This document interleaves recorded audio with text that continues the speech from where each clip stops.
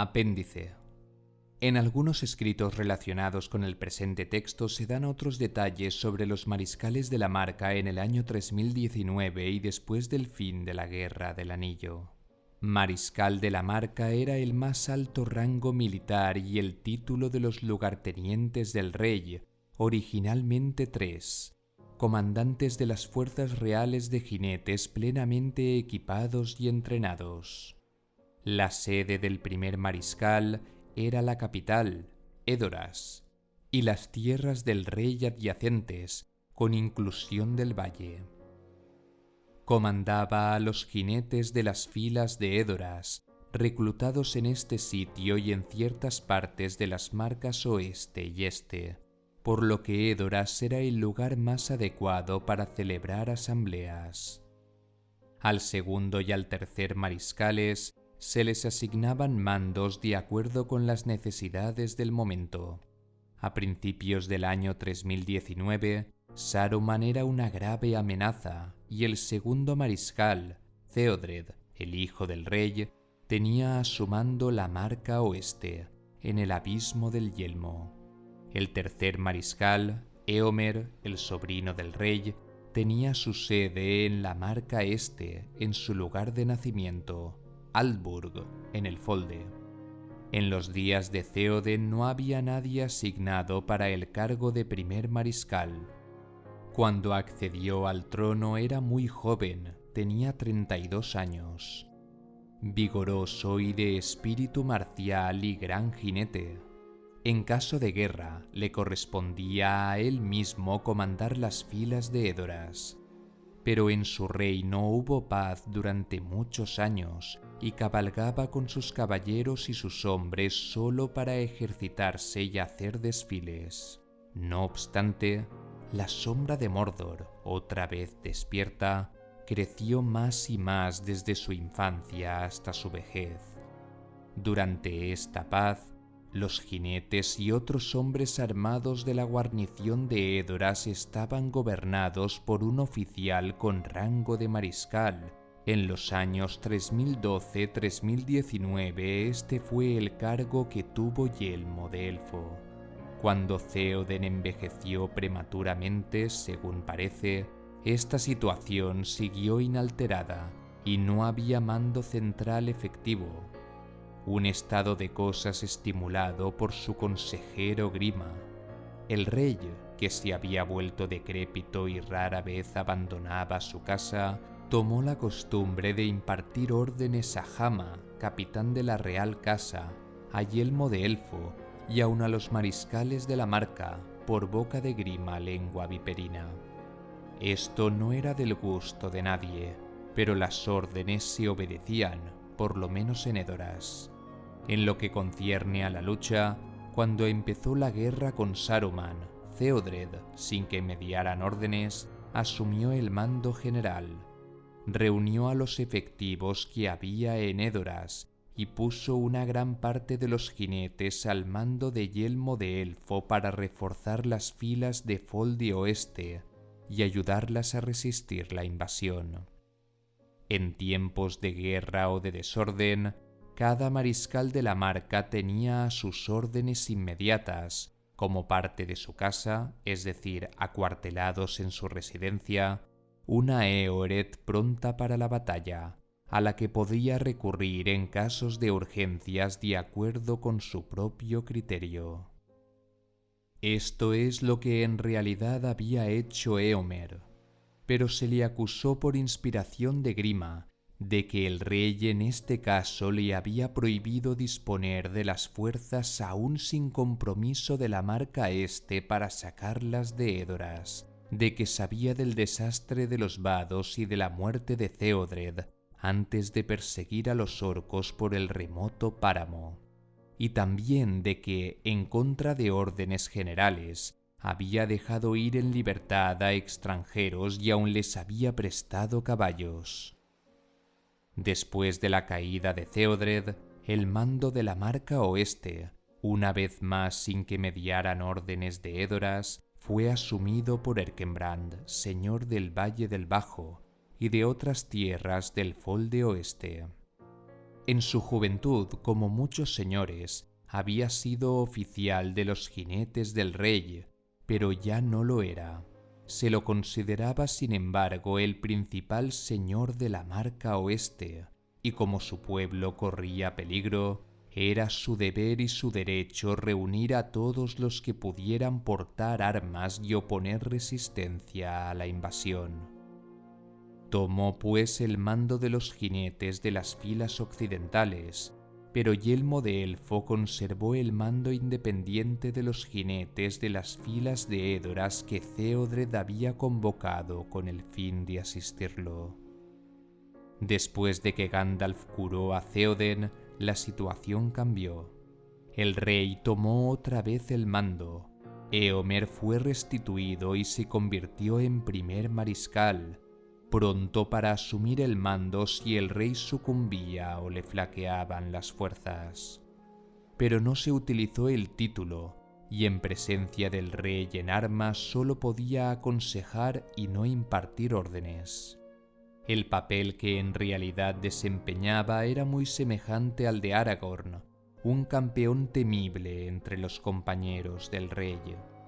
Cuando se reunieron todos los efectivos en Valle Sagrado, y se examinaron y se determinaron, en la medida de lo posible, la línea de acción y el orden de la batalla, Éomer permaneció en esta posición, cabalgando con el rey, como comandante de la Éored principal, la compañía del rey, y actuando como su principal consejero.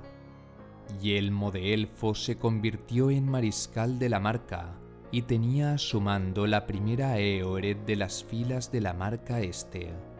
Grimbold, no mencionado antes en la narración, tenía la función, aunque no el título, de tercer mariscal, y comandaba las filas de la Marca Oeste.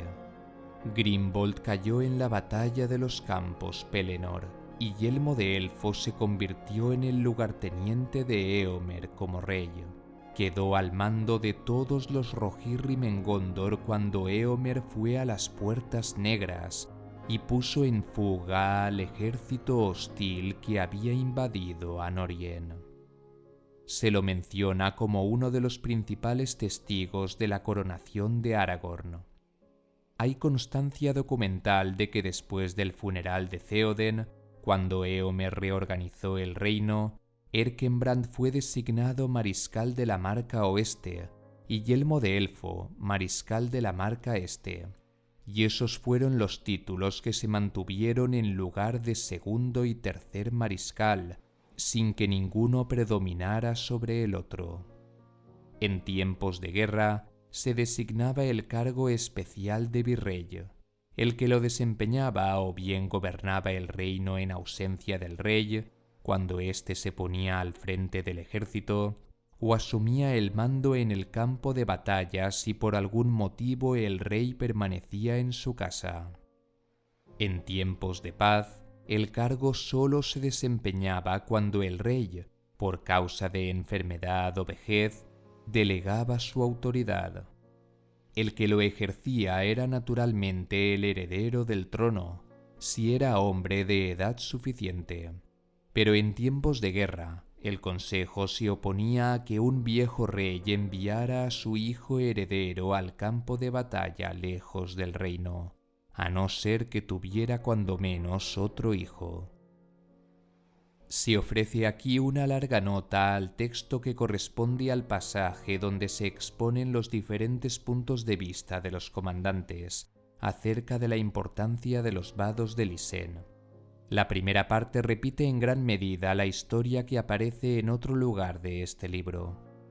En otros tiempos, el agua gris constituía el límite meridional y oriental del Reino del Norte, y el Isen, el límite occidental del Reino del Sur.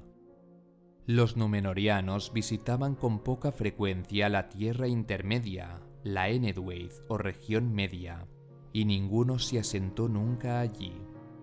En los días de los reyes, formó parte del reino de Gondor, pero los monarcas no se interesaban mucho por ella, salvo para la patrulla y la vigilancia del gran camino real.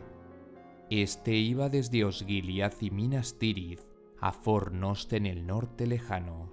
Cruzaba los vados de Isen y pasaba por Enedwaith, ascendiendo a las tierras altas en el centro y el nordeste, hasta que tenía que descender a las tierras occidentales, en torno al curso inferior del agua gris, que cruzaba por una calzada elevada que conducía a un gran puente en Zarbad.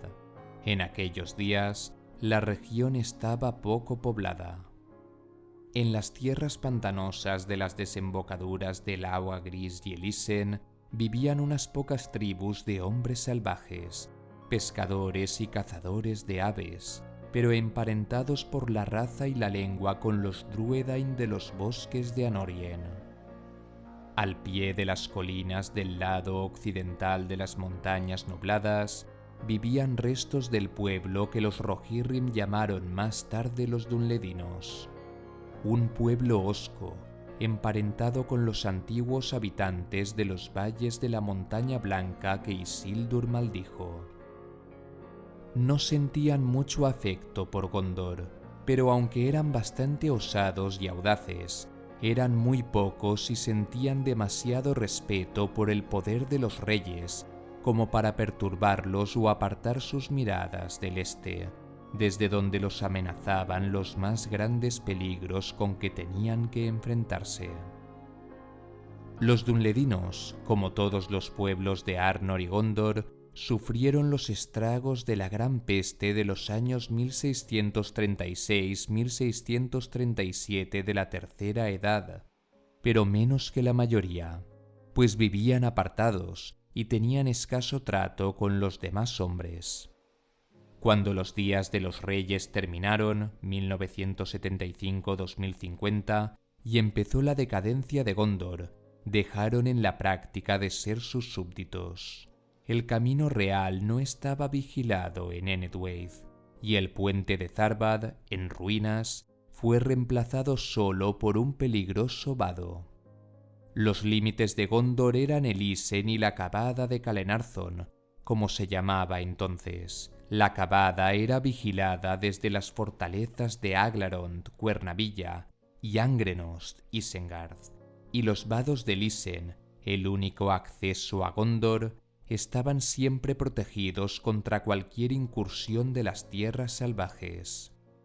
Pero durante la paz vigilada, desde 2063 a 2460, el pueblo de Calenarthon decayó. Los más vigorosos, año tras año, iban hacia el este para defender la línea del Anduin. Los que se quedaron se volvieron rudos y se desentendieron de lo que concernía a Minas Tirith. Las guarniciones de los fuertes no se renovaron y fueron dejadas al cuidado de capitanes hereditarios locales, cuyos súbditos eran de sangre cada vez más mezclada, porque los Dunledinos cruzaban el Isen de continuo y sin trabas. Esta era la situación cuando los ataques contra Gondor desde el este se renovaron, y orcos y hombres del este invadieron Calenarthon y sitiaron los fuertes, que no habrían podido resistir mucho tiempo. Entonces llegaron los Rohirrim, y después de la victoria de Eorl en el campo de Celebrant en el año 2510, su numeroso y aguerrido pueblo, con gran dotación de caballos, entró en Calenarthon y expulsó o destruyó a los invasores del este.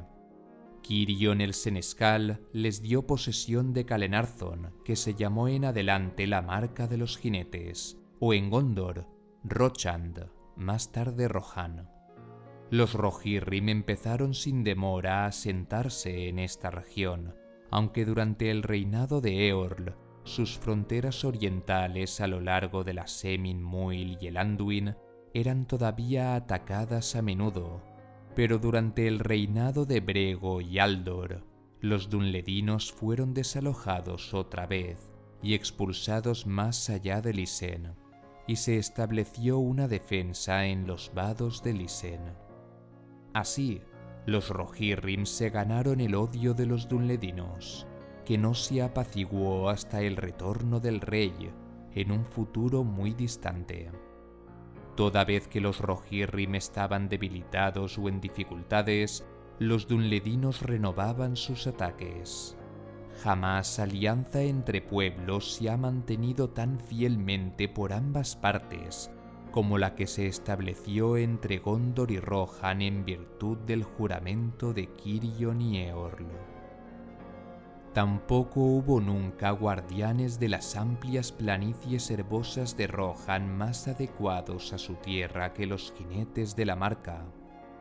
No obstante, su situación padecía un grave inconveniente, como se puso en evidencia en los días de la Guerra del Anillo, cuando casi se produjo la ruina de Rohan y Gondor. Esto fue consecuencia de varias cosas. Sobre todo, las miradas de Gondor siempre se habían dirigido hacia el este, de donde le venían todos los peligros. La enemistad de los salvajes dunledinos no parecía preocupar demasiado a los senescales.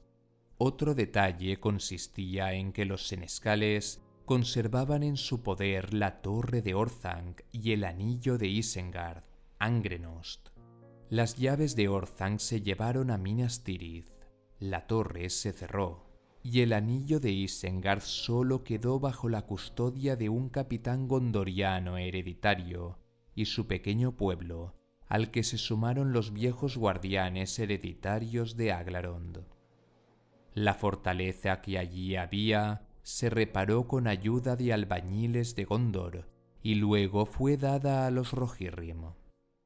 De allí provenían los guardianes de los vados. En su mayoría, sus viviendas estaban al pie de las montañas blancas y en los valles del sur. A las fronteras septentrionales del Folde Oeste iban rara vez y solo en caso de necesidad, contemplando con temor las orillas de Fangorn, el bosque de los Ents y los ceñudos muros de Isengard. Tenían muy poco trato con el señor de Isengard y su pueblo secreto, a quienes creían versados en magia negra, y a Isengard los emisarios de Minas Tirith iban cada vez con menor frecuencia, hasta que dejaron de hacerlo por completo. Parecía que en medio de sus preocupaciones, los senescales habían olvidado la torre, aunque conservaban las llaves. Sin embargo, la frontera occidental y la línea de Lisen estaban naturalmente bajo el dominio de Isengard, y esto evidentemente los reyes de Gondor lo comprendían muy bien. El Isen descendía desde sus puentes en la pared oriental del anillo, y al avanzar hacia el sur, era todavía un río joven que no oponía un gran obstáculo a los invasores, aunque sus aguas eran todavía rápidas y extrañamente frías. Pero las grandes puertas de Angrenos se abrían al oeste de Lisen, y si las fortalezas estaban bien dotadas de tropas, los enemigos del oeste tendrían que contar con grandes fuerzas si pretendían invadir el Folde Oeste. Además, Angrenost estaba a menos de la mitad de la distancia entre Aglarond y los vados, que estaban comunicados con las puertas por una amplia ruta para cabalgaduras cuyo recorrido era casi en todo momento llano. El temor que rodeaba la gran torre y el miedo de la lobreguez de Fangorn, que estaba detrás de ella, podrían servirle de protección por algún tiempo, pero si se la privaba de guarnición y se la descuidaba, como sucedió durante los últimos días de los senescales, esa protección no le había de valer por mucho tiempo. Así fue, en efecto. Durante el reinado de Deor, de 2699 a 2718, los Rohirrim comprobaron que mantener los vados bajo vigilancia no bastaba. Como ni Rohan ni Gondor hacían caso de este lejano rincón del reino, solo muy tarde se supo lo que allí había ocurrido. La descendencia de capitanes gondorianos de Angrenos se interrumpió y el mando de la fortaleza pasó a manos de una familia del pueblo. Las gentes del pueblo, como se dijo, Tenían la sangre desde hacía ya mucho mezclada, y estaban ahora más amistosamente dispuestos hacia los dunledinos que hacia los salvajes hombres del norte, que habían usurpado la tierra. Minas Tirith, que se encontraba lejos, ya no les interesaba. Después de la muerte del rey Aldor, que había expulsado a los últimos dunledinos y había lanzado incluso incursiones por sus tierras en Enedwaith a modo de represalia, los dunledinos, inadvertidos por Rohan pero con la connivencia de Isengard, empezaron a infiltrarse otra vez en el norte del Folde Oeste, instalándose en los vallecitos de la montaña al oeste y al este de Isengard, y aun en las orillas meridionales de Fangorn. Durante el reinado de Deor se mostraron abiertamente hostiles, haciendo incursiones con el fin de robar los rebaños y las caballadas de los Rohirrim en el Folde Oeste. No tardó en serles evidente a los Rohirrim que estos atacantes no habían cruzado el Isen por los vados ni por punto alguno lejos al sur de Isengard, pues los vados estaban protegidos. Deor, por tanto, condujo una expedición hacia el norte y se topó con una hueste de dunledinos. A estos los venció, pero sintióse preocupado al darse cuenta de que también Isengard le era hostil. Creyendo que había liberado a Isengard de un sitio a que lo sometían los dunledinos, envió mensajeros a sus puertas con palabras de buena voluntad, pero las puertas se cerraron ante ellos y la única respuesta que recibieron fue el disparo de una flecha. Como se supo más tarde, los dunledinos, después de haber sido admitidos allí como amigos, se apoderaron del anillo de Isengard, matando a los pocos sobrevivientes que no estaban dispuestos, como lo estaba la mayoría, a mezclarse con el pueblo dunledino. Deor envió la noticia sin demora al senescal en Minas Tirith. Por ese entonces, en el año 2710, Egalmoth. Pero no le fue posible a este enviar ayuda, y los dunledinos siguieron ocupando Isengard hasta que, reducidos por la gran hambruna del largo invierno, 2758-2759, debieron ceder para no morir de inanición y capitularon con Frealaf, luego el primer rey de la segunda línea.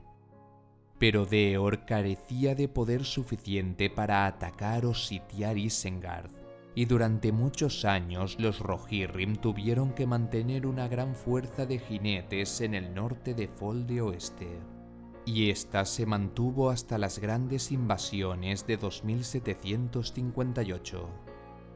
Es pues perfectamente comprensible que cuando Saruman ofreció hacerse cargo de Isengard y repararlo y reorganizarlo como parte de las defensas del oeste, fuera bien acogido tanto por el rey Frealaf como por Beren el senescal, de modo que cuando Saruman hizo de Isengard su lugar de morada y Beren le dio las llaves de Orthanc, los Rohirrim volvieron a su política de defender los vados del Isen, el punto más vulnerable de las fronteras occidentales.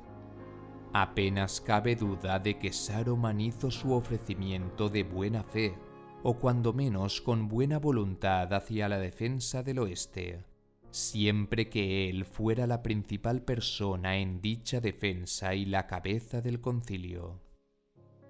Era listo y percibía claramente que Isengard tenía gran importancia por su ubicación geográfica y por su gran fortaleza, debida a factores naturales pero también a la mano del hombre. La línea del Isen, entre las pinzas de Isengard y Cuernavilla, era un baluarte contra las invasiones venidas del este, tanto si era Sauron quien las promovía o las lanzaba como si tenían otro origen, con el propósito de cercar Gondor o de invadir Eriador. Pero al final se volcó hacia el mal y se convirtió en un enemigo. Los Rohirrim, sin embargo, aunque se les había advertido de la creciente animadversión que abrigaba contra ellos, siguieron disponiendo el grueso de sus fuerzas al oeste de los Vados, hasta que Saruman, en abierta batalla, les demostró que los Vados eran una débil protección sin Isengard, y más todavía si la tenían como enemiga.